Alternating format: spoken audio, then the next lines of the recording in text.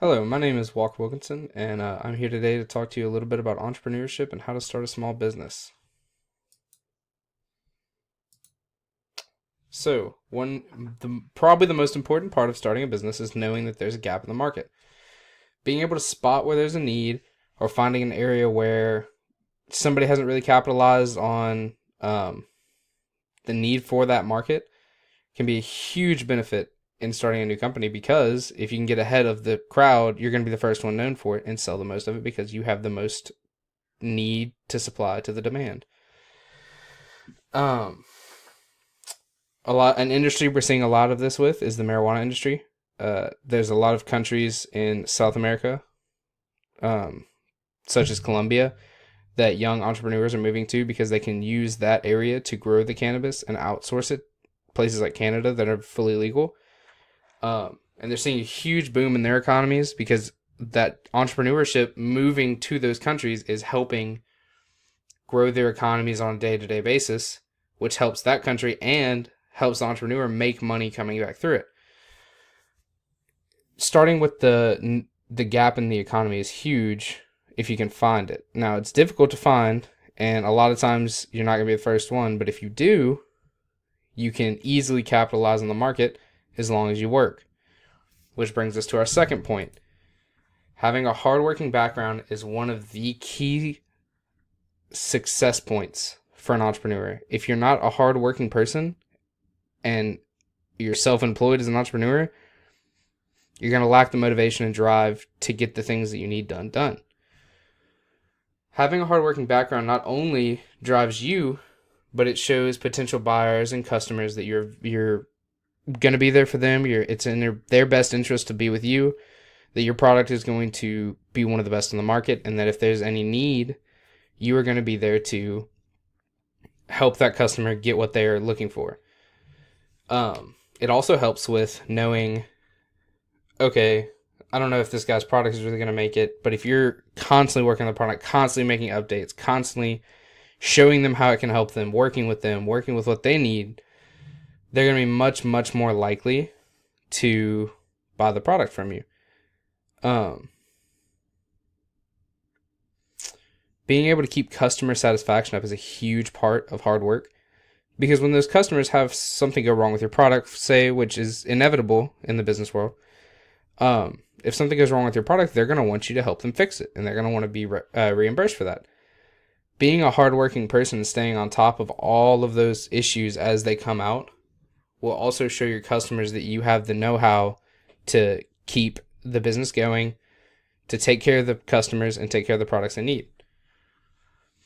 Which brings us to our third point. Being charismatic and personable is going to be the best way to help you sell a product. If you just go up to somebody and a potential client you see and you're kind of monotone, you're not really talking in an upbeat voice, you're not happy, there's no voice inflection, it's going to be very hard to sell them a product if they don't think you believe in it. A big part of being personable also is going to be communicating with that customer constantly, calling them like, hey, how you doing? Is the product working for you? How can we change some things to help meet your needs better? Can you give us some feedback? Always keeping the customer feeling like they are involved and that they're special and important to you as an owner of the business will be huge when it comes to having them repurchase your products or branching out using word of mouth to tell other people, hey, this guy's really good. He's a really nice guy. You should do your business with him because he's going to keep your best interest at heart and he's going to take care of what you need to take care of. And as we have in the graphic here on the slide, if you're a person giving a speech to a big crowd about your product, say you have a new product launch coming out like Apple does every year, if you don't go up on that stage and speak charismatically and you're not personable and you're not engaging and you're not keeping the audience there, your product's not going to get the attention it needs.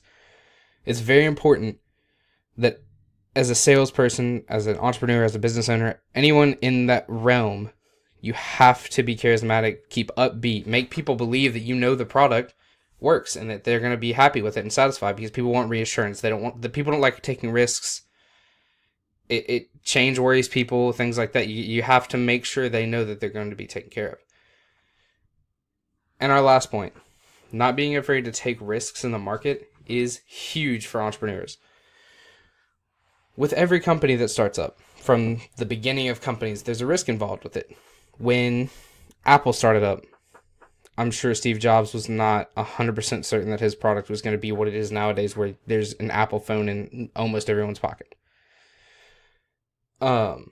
So not being afraid to go that extra mile and say, okay, I know this could go south for me, but if it doesn't, this is going to be a huge benefit.